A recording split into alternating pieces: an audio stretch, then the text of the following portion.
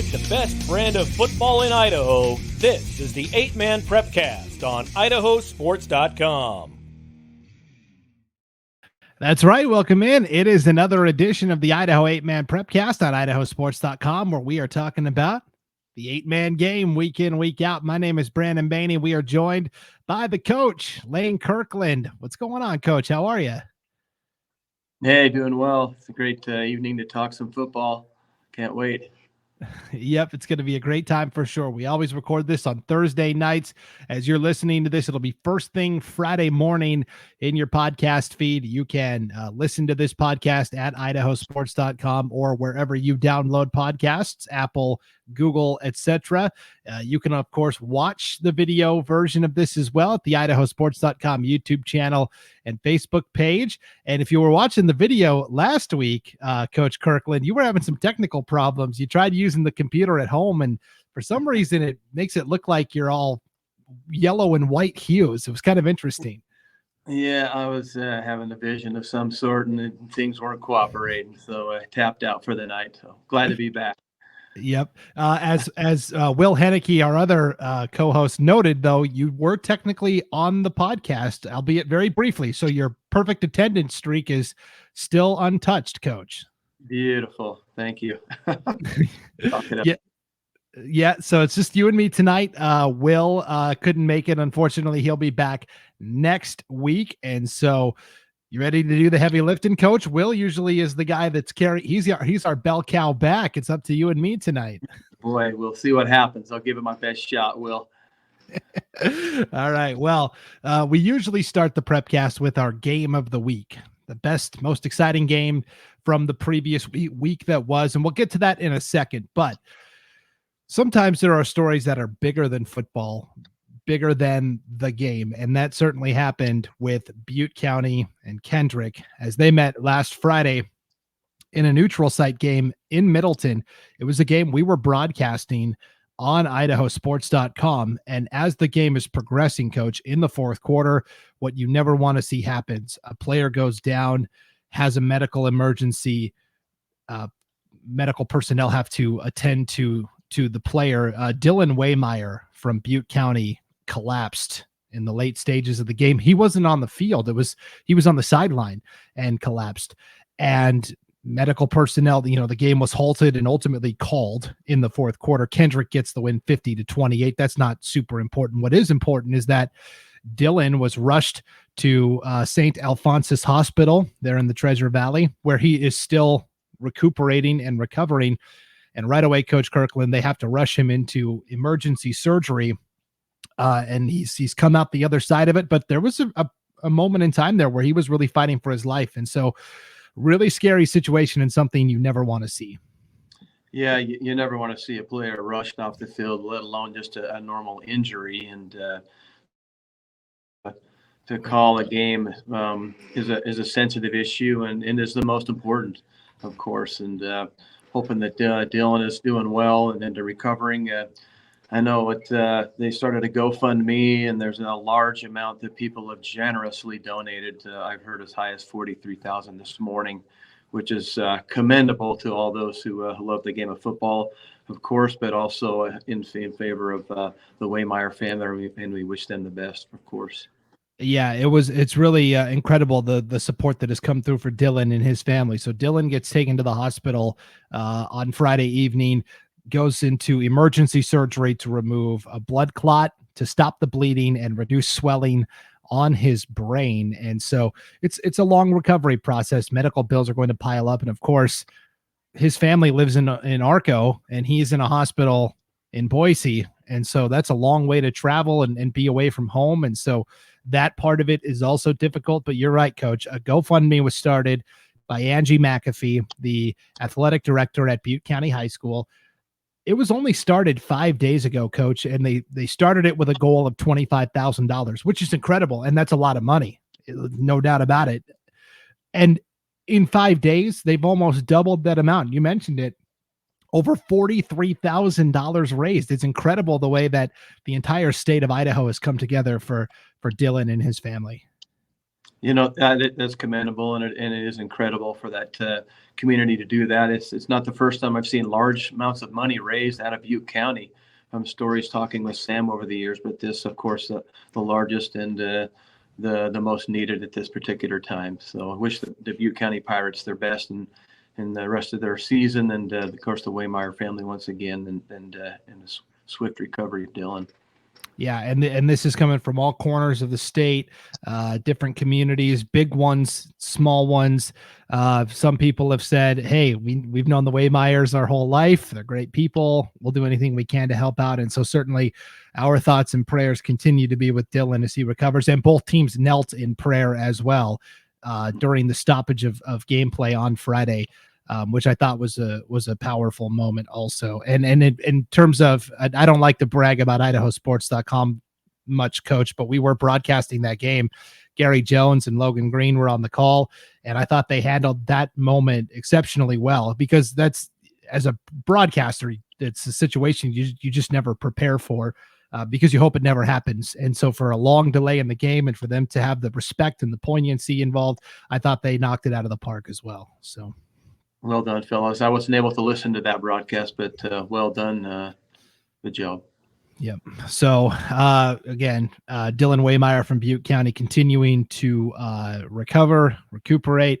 That GoFundMe link has been shared on the IdahoSports.com YouTube, Facebook page and Twitter account, and you can find it there. We'll continue to share it every couple of days as well, because it's really important that we get the word out. But thank you to everybody who has donated so far. It's really incredible to see. So Kendrick did get the win, Coach Kirkland. They're 4-0 now. Butte County is 5-1. First time that Butte County's been knocked back this year. They learned what so many 1A D1 teams have learned, that even though Kendrick's a 1A D2 school, probably still the best overall 8-man team in the state this year.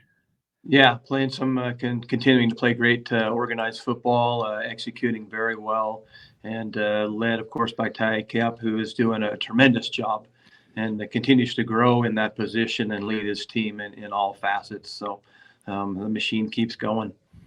Kep had 213 yards and 3 touchdowns passing, 1 to Sawyer Hewitt, 1 to Nathan Tweet, 1 to Hunter Taylor. Ty Kep also rushed for a touchdown, and Sawyer Hewitt returned a kickoff, 66 yards for a score. So Kendrick is tough enough to beat on just offense, but when you're allowing kick returns for touchdowns, Coach, that makes it doubly hard. Those are quick scores. Yeah, you can't recover from those very quickly. You just got to go back to work, and hopefully you can get 6 as well. Yep.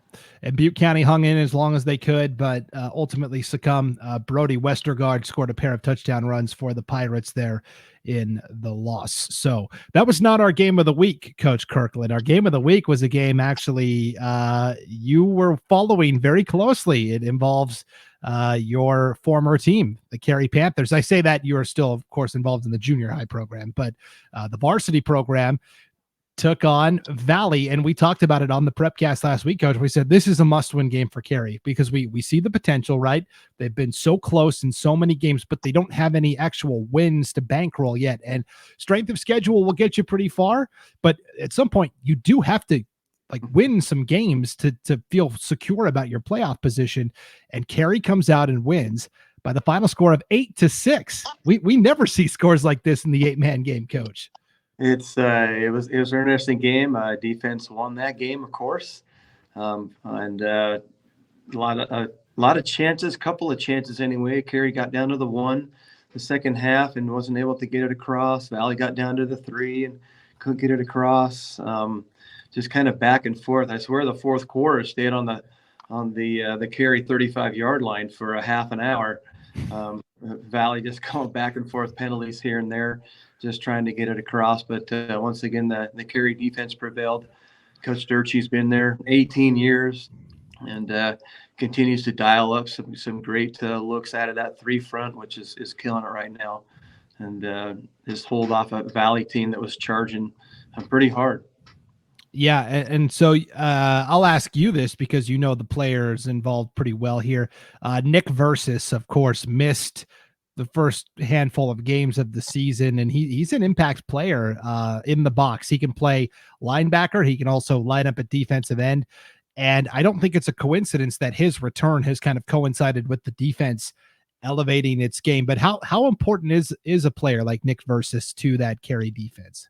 Well, Nick's a returning defensive player of the year, I believe, last year for the Snake River Conference as a junior, and so he's back as a senior now.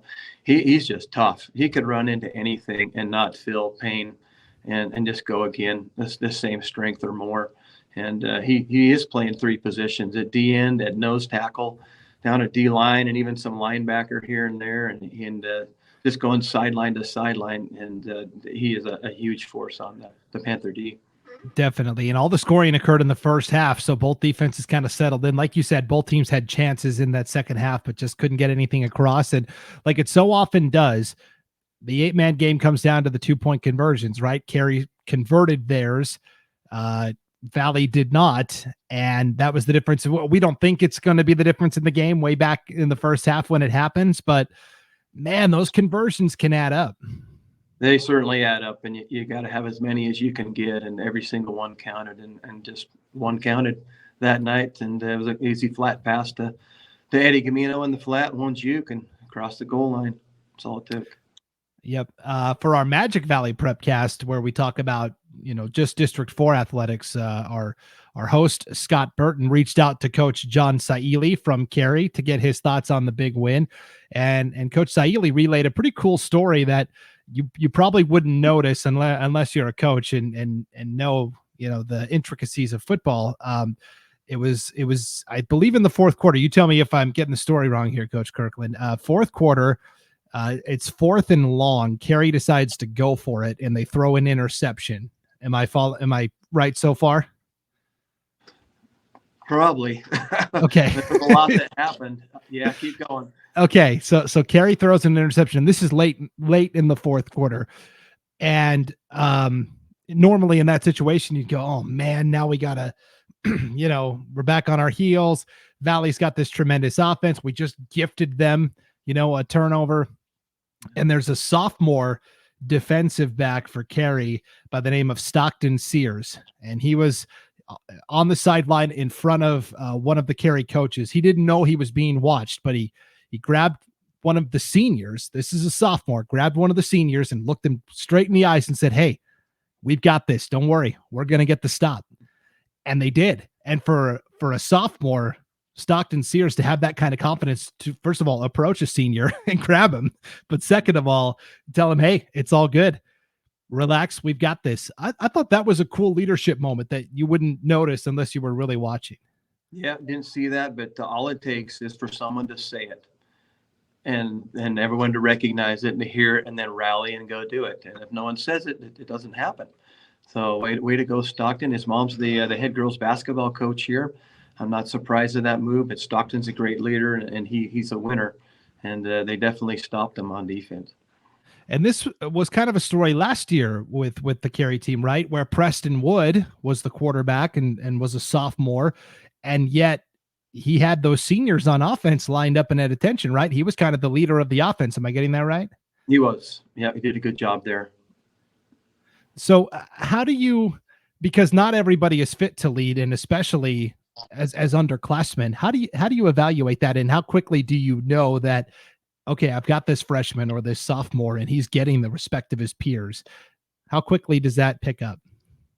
You have to create a couple of different scenarios and things and situations for that leadership to rise. And I pretty much had the kids over at my house to see who was going to rise the weeks before our first games. And whoever spoke up first and started to take charge was the natural leader. And if they were respected, which Preston was, then they followed him, and that's the way we went, and that's how it should go sometimes, no matter how old they are. Yeah, so it's great to see the younger guys for Carey continuing to lead and be the drivers, because that's leadership that's built in for 2 or 3 years. So that's good stuff to see. So Carey gets the win, their first win of the year, which was huge. They're 1-4 overall. They're 1-2 in Sawtooth Conference play. With that one win, Coach, I did my big bracketology post this week on IdahoSports.com, where I basically said, hey, if the playoffs started today, here's what the playoffs would look like. With that one win, Carey now a playoff team. Yeah.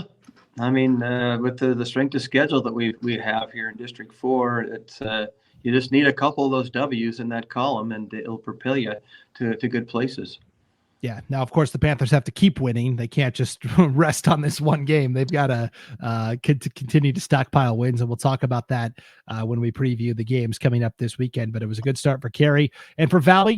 They're still fine. They're now 2-2 in league play. They're 2-3 overall. Valley also would be in the playoffs if the playoffs were to start today. So back to the drawing board for Coach Ayers and the Vikings, but just goes to show any given week in this conference, Coach, anybody can beat anyone.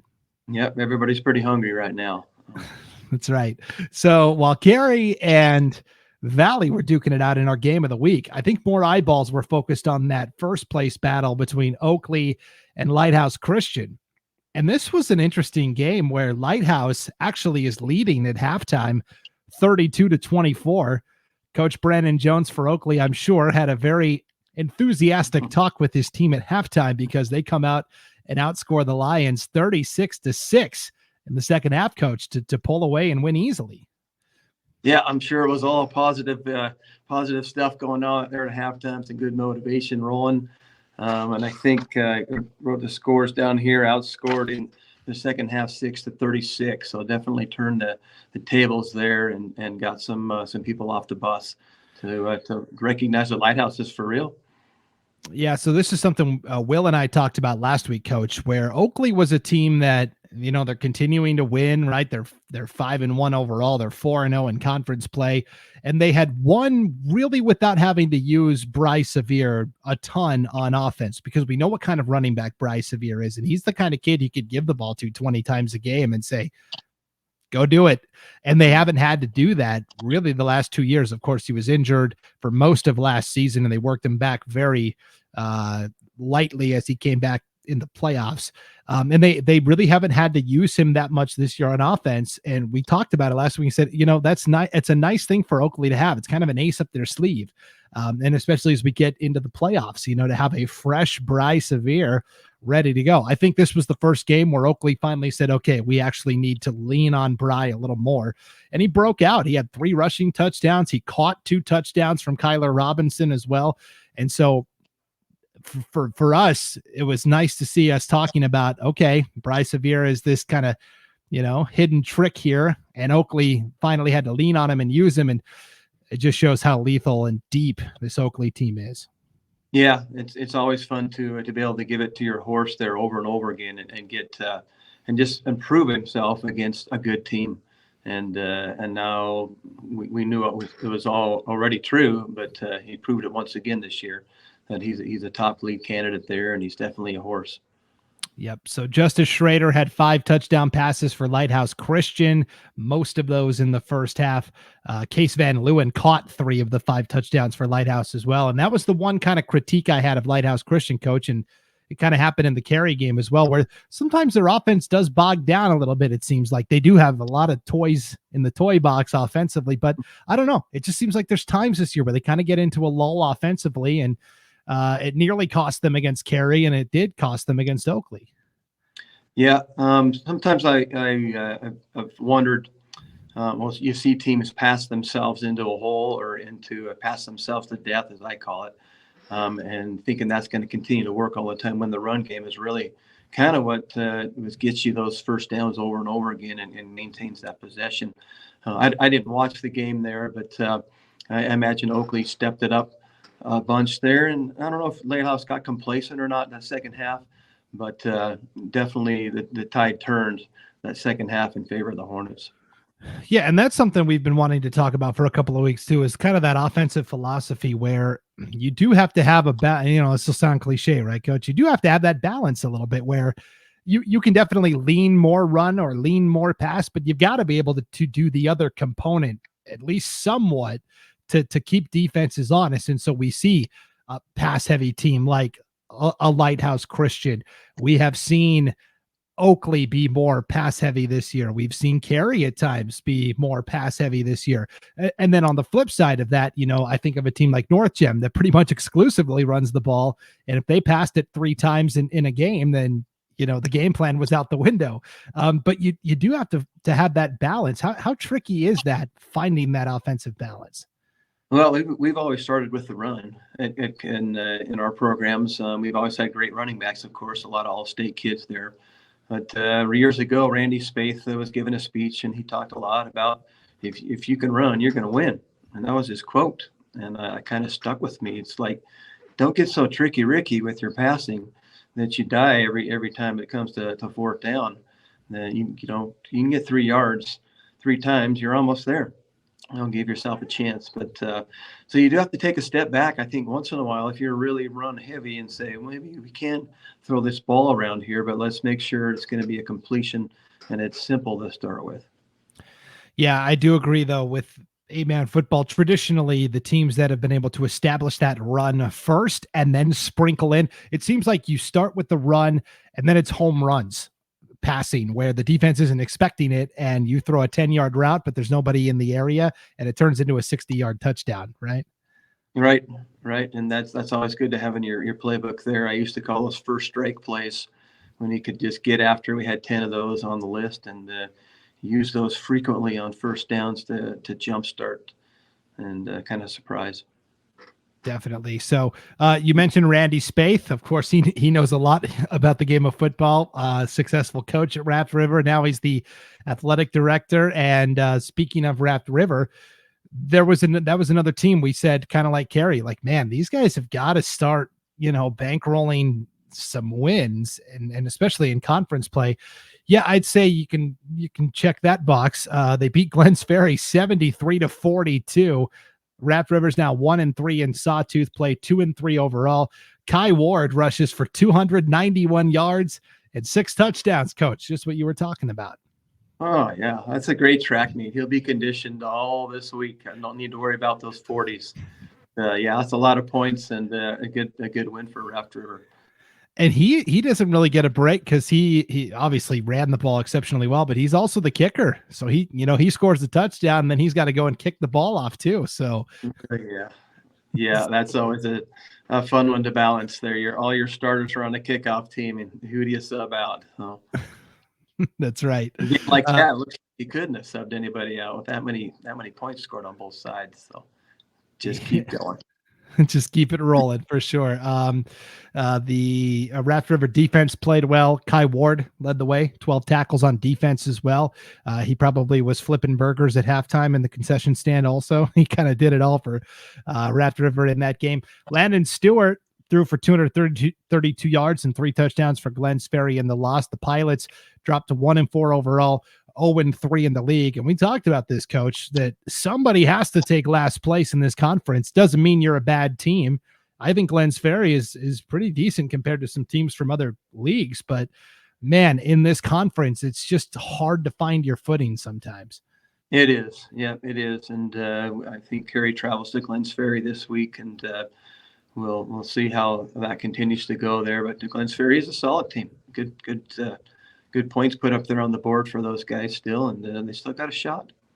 Yep, they're doing a great job under a first-year coach, Eric Stewart, there in Glens Ferry. All right, let's stick to 1A D1 football, but let's go north to the White Pine League. This was the matchup everybody wanted to see. Logos and Potlatch, 2 undefeated teams coming in. Logos wins 76-36, but if you just look at the score, you're missing some of the context here because these teams were trading blows in the first half, Coach, until Potlatch's quarterback, Jack Clark, had to leave with an injury. And from there, Potlatch just couldn't get anything going, and Logos kept piling on the points. But if Clark is able to play that full game, who knows how it turns out? Boy, yeah, that's tough. We talked about losing good players here this whole season. And in the middle of a game like that, a competitive game where you're neck and neck, you got to have those guys there. And it's tough. Looks like it took a toll. It definitely did. Meanwhile, the other Jack, this was a pair of Jacks here. Jack Driscoll for Logos, Jack Clark for Potlatch. Jack Driscoll played the whole game, 7 touchdowns, threw for 4, rushed for 3. Ryan Daniels caught 3 of the 4 touchdowns on offense. And so here's Logos now, 5-0 in the White Pine, 6-0 overall. There is a good chance they get to the postseason with an undefeated record. And how hard is that? I think most coaches will tell you, hey, we don't mind an early season non-conference loss, just to tell our guys that, hey, sometimes you can't just show up and win. You have to work at it. Conversely, the longer you go undefeated, the more the pressure intensifies, right? Yeah, it sure does. It gives you a lot of confidence being undefeated going into that bracket. That will. I'm sure they're preparing. My question for Logos, and I think the question they have for themselves as well is how tough are they physically? How tough are they mentally? When greater challenges will come to them later on in this postseason. But right now they seem to be executing and doing a great job. It's a lot of points. Yeah, they really haven't faced too much adversity in terms of, I think this potlatch game was the first time, and they were trading scores, but they were trailing at certain points too. And so interesting thought exercise there. Okay, let me ask you as a coach, what did you prefer? Were you okay with an early season? You never want to lose in conference in league, but were you okay with an early season non-conference loss to get it out of the way, or do you not mind the undefeated runs? I like the undefeated, honestly. I thought it gave us confidence, sometimes too much, and it hurt us in a couple of occasions. But to be undefeated is a great confidence booster, and you can ride that a long ways. Well, and if you can finish the job, it's a special story too, right? For sure. Yeah, I remember in 2008 we met Kootenai. We were both 11-0, and that was a matchup, and I was scared to death. My third shot at a title there, and yeah, it was pretty scary. But you just do your best, and your kids rise to the occasion. Yeah, so we'll see if Logos can keep it going. I think they'll get to the playoffs and be undefeated, and then we'll see how it shakes out from there. Right. The other big game up north was with Kamiah and Prairie. Kamiah wins this pretty convincingly, 50-14. Kamiah led 30-0 at halftime. David Clute continued to do his thing, 214 yards, 5 touchdowns passing, also rushed for 72 yards and a touchdown. And Clute also came away with 2 interceptions on defense. And I don't even think he's the best player on that Kamiah defense. I think that's Porter Whipple, 12 tackles, 3 sacks, and a fumble recovery. This is a Kamiah team that has had one blip against Logos. And that was, to me, it was a head scratcher because they only put up 12 points in that loss. But I think Kamiah is going to be a dangerous team when we get into the postseason. Yeah, they could be a sleeper team up there that wakes and arises. And I've seen that happen with that group before. I think it was against Butte County last year, a couple of years ago, where they rose, and they just kind of gets bloodthirsty in the playoffs, and can't ever count Kamiah out. Yeah, they got to the Final Four, much like your Carey team did last year. You guys played Oakley the first night, and then the next day, Kamiah played Grace in that other semifinal, and they just had a couple of turnovers and fell in the semis. And so I know they're hungry to get back there, but Kamiah 4-1 overall, 3-1 in the White Pine League, looking good. Prairie now, meanwhile, slides down to 4th place for the time being. And they've got Lapway breathing down their necks right now for 4th and 5th in the league. And really all they're guaranteed up north is 3 playoff spots. And you can try and get an at-large playoff bid. Right now, though, that's a tall order because the District 4 seems to be gobbling up all the at-large bids. So really, to guarantee a spot in the playoffs, you got to finish in the top 3. And you figure with Logos and Kamiah pretty much locking up 2 spots there, it's going to come down to Prairie, Lapway, or Potlatch. There's going to be some important games here over the final 3 weeks up north. Yeah, some teams are going to have to finish as strong as possible and hope that strength of schedule carries them all the way to the end for at-large spots. It's going to be tough. I mean, you can pretty much give one to Butte County or Grace, whoever doesn't win District 5-6. And then right now, Carey and Valley would get the other 2 at-large bids, according to the bracketology that I ran. So, yeah, it's getting late. It's getting late early up there for some of those teams. We'll keep an eye on it for sure. Okay, let's switch now to 1A D2 football, coach, and we'll start again in the Magic Valley, because that's where the big matchup on paper was. You had Camas County and Hagerman, battle of undefeated teams. Winner would kind of be in the driver's seat for first place. Camas County wins 64-8. I'm running out of things to say about this Camas County team. They're deep, they're balanced, they play good defense, they have lots of guys that can contribute on offense, and Camas is 2-0 in the conference and 4-1 overall. Looking really strong, and I think getting better every week. I traded blows with Hagerman 8-8 there for a little bit, but didn't look back after that. And that shows a lot of good discipline on both sides of the football and commitment to just playing good hard football. 56 points, a lot. Well, and they only allowed 8, and that was on a kickoff return for a touchdown. So they really shut down what had been a high octane Hagerman offense. And meanwhile, also in the Sawtooth Conference last week, you had Dietrich playing Castleford. Connor Perkins takes the opening kickoff back 90 yards for a touchdown. Dietrich rocking and rolling from there. We were concerned about the Blue Devils for a minute here, going, boy, could they not make the playoffs? Is that a possibility after getting all the way to the championship last year?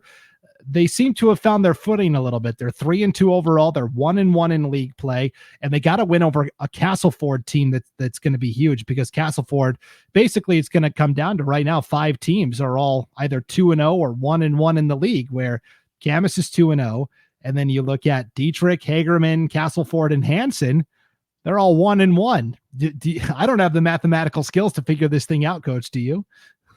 So let's see. It had been about 10 days ago. Coach Reif from Hanson sent me an email, and he says, "Hey, Coach, can you send me the old Sawtooth Constitution bylaws for what we have to do for breaking ties and stuff?" So I found it and I sent it to him, and I imagine they're going over that pretty heavy right now to see what's going to happen here if there ends up being some 3-way ties near the end. Wow, I might ask you for a copy of that too if you've got it, just so I know on my end what to be on the lookout for. That's crazy. It's old. Oh, that's funny. Yeah, Coach Jim Reif at Hanson doing a great job. We haven't talked about them a lot this year, but they definitely deserve some credit. You know, they're 1-1 in the league now. They've got the really tough part of their schedule coming up here against, Camas and Dietrich, etc. But we'll see how it shakes out. All I know is Dietrich's got a head-to-head win over Castleford, which is huge at this point for the Blue Devils. And we'll continue to see how it all shakes out from here. Over in East Idaho, 1A D2, District 5 and 6, Coach. We talked about last week, Mackey playing North Gem in a game that we thought most likely was going to decide the second and final playoff berth from that league. We think Rockland is the favorite and will take the championship. But then we said the winner of this game is going to get that second spot. Well, North Gem comes through with a 28-22 victory. They built up a 28-14 lead, North Gem did, and then had to sweat it out in the second half as Mackey nearly came away with the come from behind win. How about this rushing totals from North Gem, Coach? Craig Yost, 158 yards rushing. Rusty Hatch, 157. Have you ever had two backs have a nearly identical rushing number like that? I'm not so sure about that. That's about as balanced as you can get right there. Another Hatch carrying the ball. There you go. Yes, we know all about Bridger Hatch, who quarterbacked North Gem a couple of years ago. Rusty now, the younger brother, is quarterbacking this North Gem offense, and we've talked about it. They've got 9 guys, so they're doing a real Iron Man football there in North Gem. But it sure looks like they've wrapped up a playoff spot. They will play Rockland in the regular season finale on October 20th in a game that should decide the league title. And really, Rockland plays Mackey this Friday, Coach. If Rockland wins that game, I think that pretty much sews it up for Rockland and North Gem. Yeah, that should seal the deal right there. 1, 2, 3. And then head into the bracket from there. So congrats to North Gem. That's a big win and a big step forward. And I know their coach, Corey Hatch, and he says, yeah, that's nice, but we want Rockland too. We want a piece of the big dog, and bring it on. For sure. Yeah. Yep. All right. So let's go up to District 1, the North Star League, where you had another battle of teams that were fighting for first place. Mullan St. Regis was taking on Lakeside. Tigers have kind of had a problem with starting slow this year in talking to their coach, Stetson Spooner. No problems this time. A 54-32 win over the Knights. They played it at the Mariman Health Core Center in Worley, that beautiful turf facility they've got there. Kofi Apia rushes for 212 yards and 5 touchdowns. John Pruitt has 88 yards and a pair of TDs. And their freshman quarterback, Connor Lewis, throws for 152 yards and a touchdown. Now, Quincy Hall for Lakeside had a great game, 223 yards and 2 touchdowns rushing, but boy, they just couldn't come up with a stop when they needed it.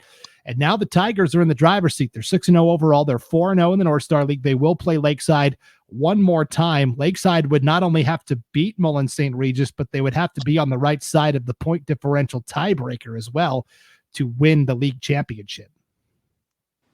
Yeah, so Mullan still continues to play good football.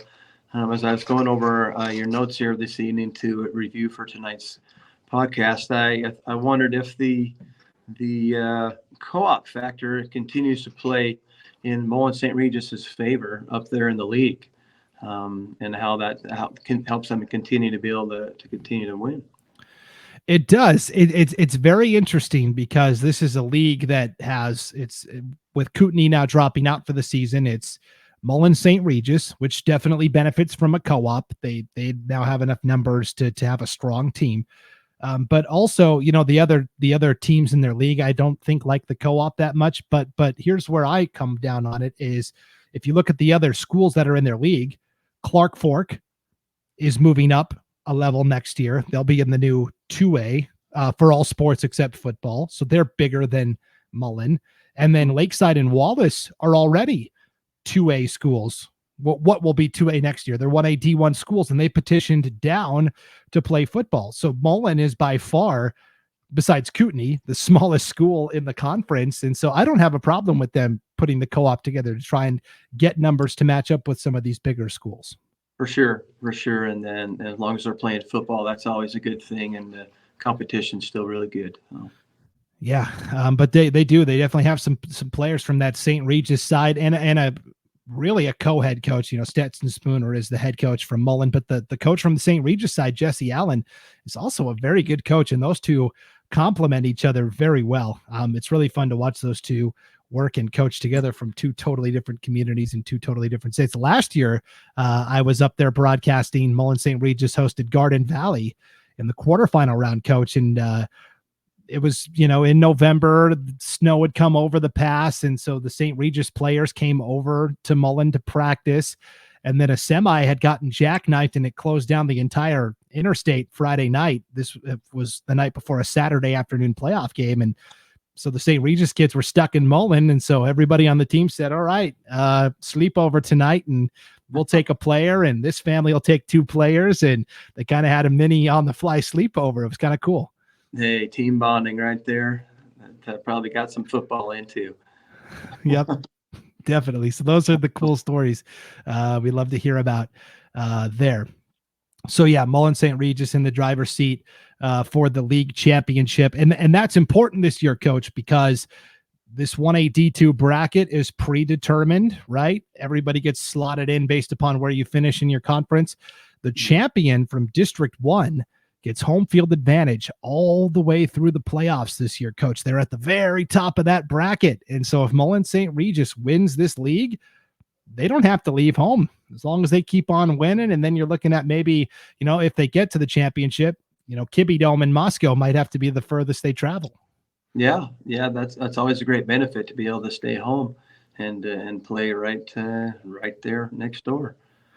Especially up north, right? Because, if you talk about home field advantage for, let's say Dietrich and they're playing North Gem. Okay, well, that's a manageable drive. But when you're going to North Idaho, it doesn't matter if you're in the Magic Valley or East Idaho or the West. It's a long trip north, and you probably have to break it up over a couple of days, right? It's several days recovery, and you just hope you get there and don't get stuck in a snowstorm and turn around. But it's going to be a great advantage for Mullan St. Regis to carry that through, and good motivation. What's the worst road trip you've had to go on? It was a couple of years ago to Kendrick. we were going up to play there, and we turned around at Weiser. Too much snow, and they ended up playing the title game on Monday a couple of years ago. I think it was. Yeah, 2 years ago. Wow. A little Good to Monday see. night football. But we felt like we just needed to go home, so we did, and I think it took a toll.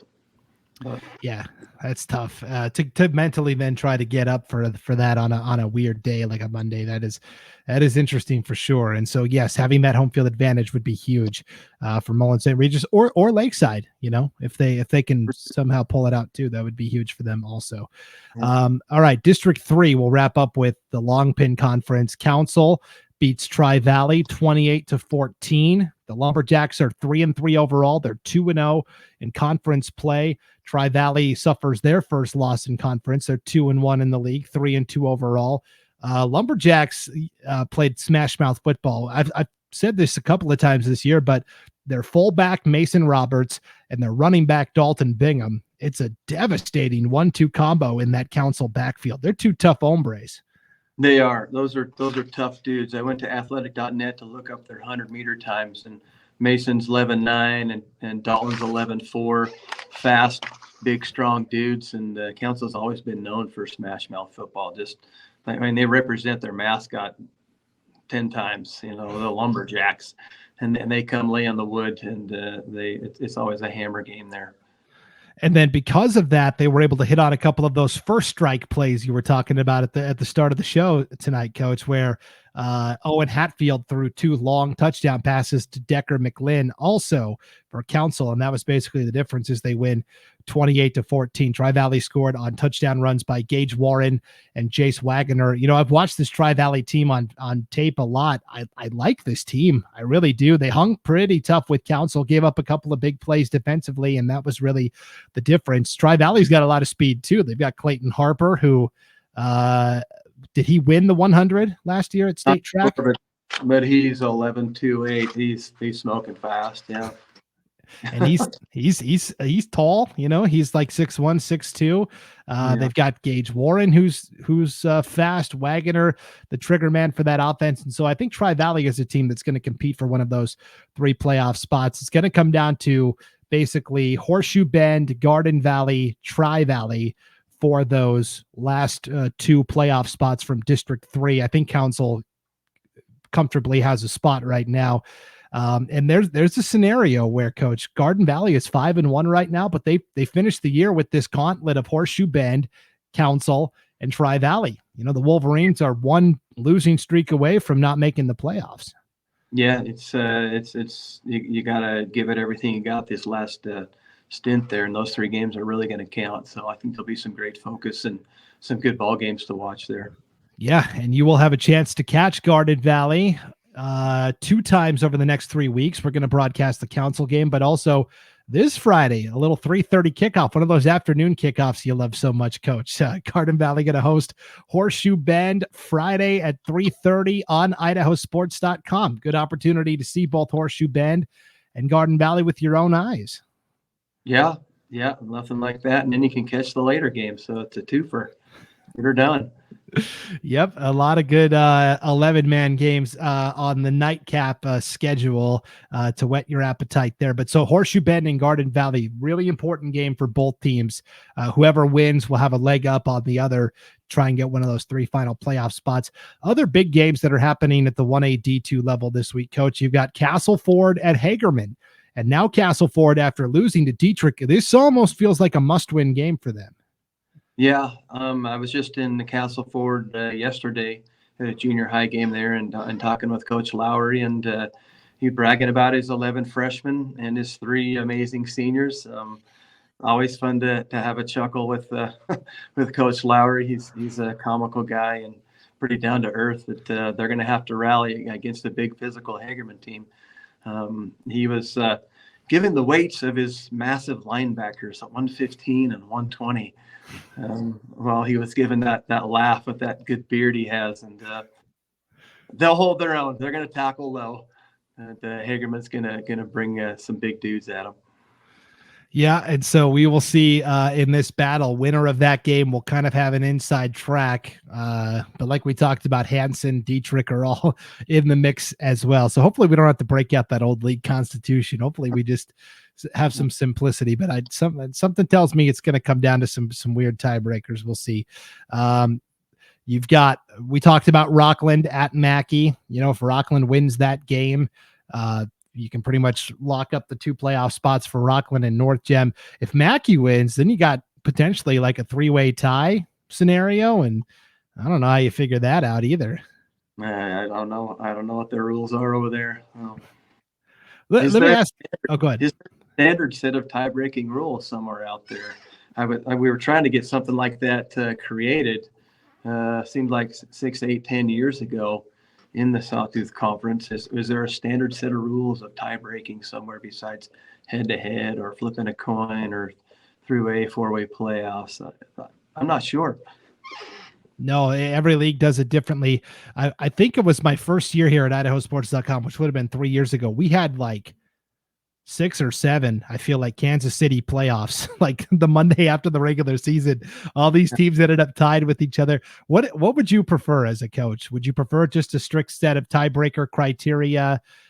Or would you, hey, let's meet up on Monday and do a jamboree and figure this thing out? We flipped a coin one time. We had a 3-way tie in 2015 for first with us, Dietrich, and somebody else. I can't remember. And we came out on top of that. I mean, we hosted and still ended up third. So it was a good deal for us. I don't think I've ever been involved in a playoff that I can remember. But I've watched plenty, and you just don't know. It's one play away, one missed tackle, one fumble. But it certainly settles it. So I still think playing's the best way to do it. I think we all agreed on that first place coin flip so we could stay healthy because it wasn't going to matter. And we felt we were all pretty confident going to the next level. So, yeah. So how does the coin flip work? Do you hold it at a school? Do you hold it? I'm thinking of the movie Friday Night Lights where they met at this diner, like in between the 2 towns, and the sheriff came out and flipped the coin. What is the coin flip like? Our new athletic director, Lee J. Cook, was his first year, and he had all the luck. And I think it was odd man out. I can't remember how it turned out, but he won. He won that coin toss, and I don't know where they met either. It might have been the Manhattan Cafe in Show, and I can't remember. All right, I'm going to have to ask Lee J. and ask him about that weighted coin he was using. Mm-hmm. It's a safe place right now. That's right. Well, hopefully we don't have to break out the coin flip this year. Hopefully the on-field results can just determine all of these crazy playoff scenarios. The last 1A D2 game I wanted to highlight is a non-conference game, but I think it's a game that could tell us a lot about each of these respective teams. Lewis County at Tri-Valley. Lewis County is finally healthy. They were banged up this year and took it on the chin a couple of times. They're 2-3. Tri-Valley is 3-2. These are 2 teams I think could make the playoffs, but I could also see a world where they miss out on the playoffs too. That's why I'm intrigued to see how this one goes. Right. And once again, it'll be a battle there between both those teams to see who's going to bounce back there. And if Lewis County has rallied enough and prepared, they'll give Tri-Valley all they can handle. Yeah, it's going to be a long trip down there for Lewis County down to Midvale to play that game. 1A D1 games to watch this week. You've got Lighthouse Christian at Valley.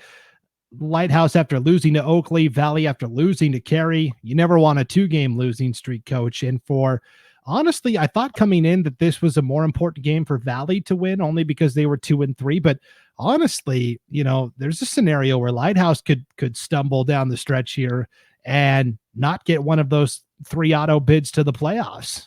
So I think it's more important for Lighthouse, actually. Right, for sure.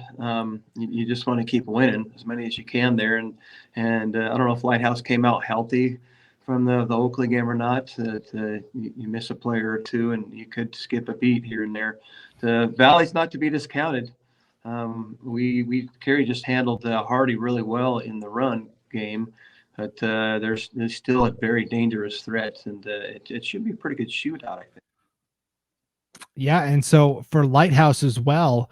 they have to keep winning, I feel like, because the final game of the regular season is shaping up to be a good one. Lighthouse at Murtaugh. That could be a game for second and third place if both teams keep winning. And that's the difference between a home playoff game and a road playoff game, which is important in the first round of the playoffs. Yeah, I think a very similar situation last year between those same two teams, back-to-back weeks. So that'll be another good one. I might go to that one. That'll be a fun game. That is October 20th. Both teams got a long way to go to get there, but that would be a really fun game to do. So they played in the regular season finale last year. Murtaugh won, and then Murtaugh had to host Lighthouse in the first round of the playoffs the very next week. I went there to broadcast that game, Coach. I remember it well. Lighthouse was missing Justice Schrader, their quarterback. He was out with an injury, so Case Van Leeuwen stepped in and led the Lions to the upset win. And so ever since then, I'm sure Murtaugh has been very motivated to make sure that doesn't happen again. So yeah, they won't forget that. Here it comes. Definitely. So before we get to that, though, both teams have big matchups. Valley hosting Lighthouse Christian, Murtaugh hosting Raft River. I was looking at Raft River's schedule down the stretch here. And for the Trojans, we talked about they needed to get a win in league, and they finally did. And now Raft River finishes the year with Murtaugh and then Butte County and then Carey. If they run the table, I think they're in comfortably. They probably even get one of those 3 auto bids. Yeah, for sure. Yep, you got to pick up a few more wins along the way here, and I don't think you can ever count Raft River team out. They are. They're like they're like the killer in a Halloween movie, right? If you can just make sure they don't even get inside the house, then once they're in the house, though, who knows? Once they're in the playoffs, I don't know. Raft River's dangerous, I feel like. Yeah, that's a great analogy right there. I can't one up that one. Yeah, so it all starts with a road trip to Murtaugh, a very important game for both teams. Raft River at Murtaugh, and then you've got Lapway at Prairie. I talked about this a little earlier, where Prairie's in 4th place right now, kind of precariously. If they lose this game to Lapway leapfrogs them, and it's Lapway in 4th place. There is a path where Prairie could get an at-large bid of the playoffs, but I don't think they can lose anymore. So every game is a must-win for Prairie from here on out. Yeah, for sure. And then over in District 3, we've talked about this a lot this year. We like Notice. Notice is going to win the league. Notice is going to get a top 4 seed. They're going to get a first round bye, all that great stuff. But somebody else from that league is going to get a playoff spot. Who's it going to be? I don't know. Idaho City just beat Wilder last week. Now Rimrock gets their shot at Wilder. Don't forget, Wilder has seen a couple of kids come over from Greenleaf Friends. They're still kind of coalescing, but I don't know. It probably comes down to Rimrock and Idaho City in the regular season finale, like it did last year. Idaho City won that game and then got to play your Carey Panthers in the first round. But until we know for sure who that second team is going to be, I guess every game that doesn't involve Notice is going to be must see, just to see who wins. Yeah, battle for second place is as hungry as anything, and we'll just have to play it out, and we'll find out here soon.